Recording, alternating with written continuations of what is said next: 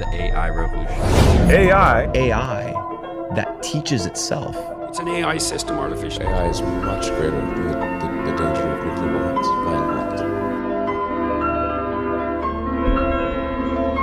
Mark my words, AI is far more dangerous than nukes. What do you think about AI?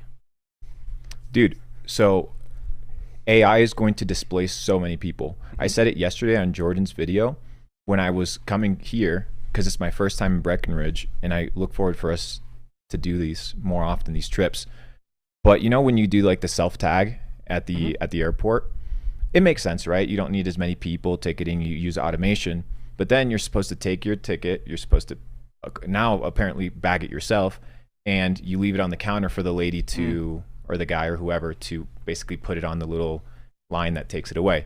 So I go and I hand the lady my little sticker and I hand her my suitcase, and she's like, no, you need to put the sticker on the suitcase. I'm like, okay, that's fine. Why are you here? Well, I'm here to supervise that you put the sticker on the suitcase.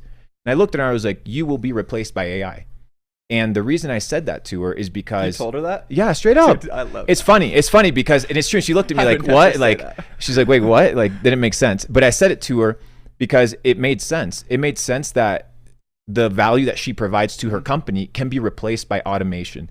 And I think the level of intelligence that it's going to be able to have long term, not short term, I think that there's an extensive period of growth. What we're seeing right now is sort of like ground rules, and you see this automation kind of playing, because sometimes Chat GPT does some dumb stuff, right? Yeah. And it plays within the sandbox of the creator. So the creator sets the rule set, right, as to how the AI can process information and what it can't talk about or can't touch. So as they begin to expand kind of the API, or other companies begin to develop their own products, and as entrepreneurs and like us that are kind of like on more of a come up stage and not that established big organization kind of structure, which I personally don't really enjoy anyway, we can start creating, as tools become more available, we can create our own AI and train our own AI.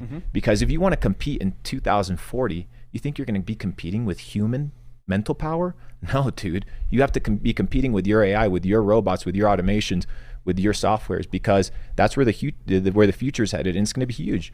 And if you're not on it, you're going to miss out. So the skill set now is not just blue collar that's going to be replaced. I think white collar is going to be replaced Doctors, lawyers, way faster than blue collar, because important. It's, dude, creating, it's not just AI, but you need to create robots and machinery to power what would be manual labor. You need not only software, you need hardware. But on white collar, dude, most of this stuff is now digital. You only need software. You do not need to go into hardware necessarily. So I think a lot of these jobs are going to get just absolutely demolished. Dude, you will not need consultants anymore. You can consult the most intelligent consultant there is, right? If you teach it that way. But I think people need to start utilizing it. If not, they're going to be left behind. I think it's powerful.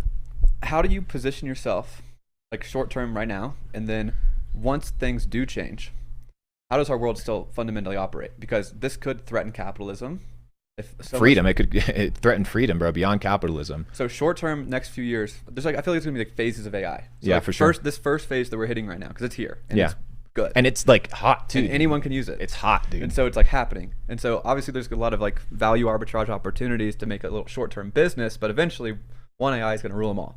So short term, phase one, what should people do? What's the most optimal way they can like actionably protect themselves, I guess? Yeah, so how you can participate per se in kind of like the AI revolution, we'll call it, is you need to start, if you're an entrepreneur per se, you need to start building companies of the future.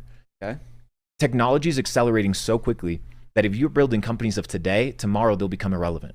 So you need to build companies of the future. You need to build companies that are going to be relevant tomorrow, and that the evergreen period before that becomes irrelevant is extensive. For example, the first introduction of the internet. If you started building products and companies when the internet started, before AI or crazy automations were introduced, you had what, 20 years, 15 years, a pretty decent gap right there to build.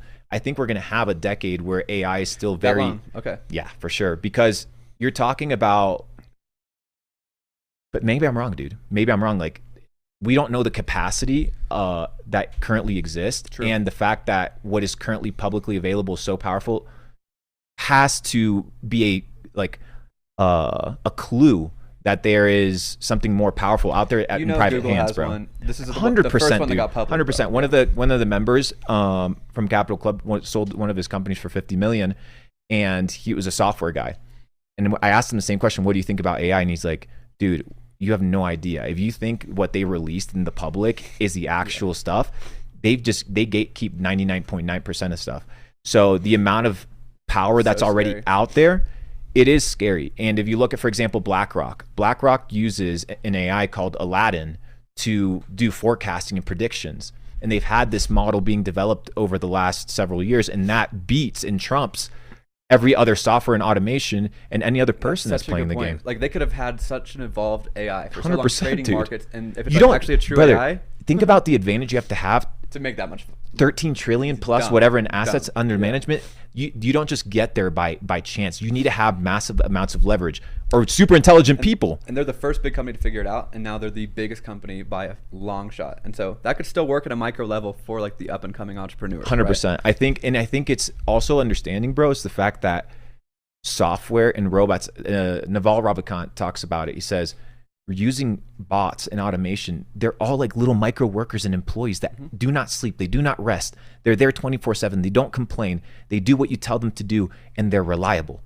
Yeah. And that's super powerful, and that's going to rule out a ton of people. He had a good tweet that this is like a calculator, but for English and writing. He tweeted that today. Banger Wow, tweet. banger.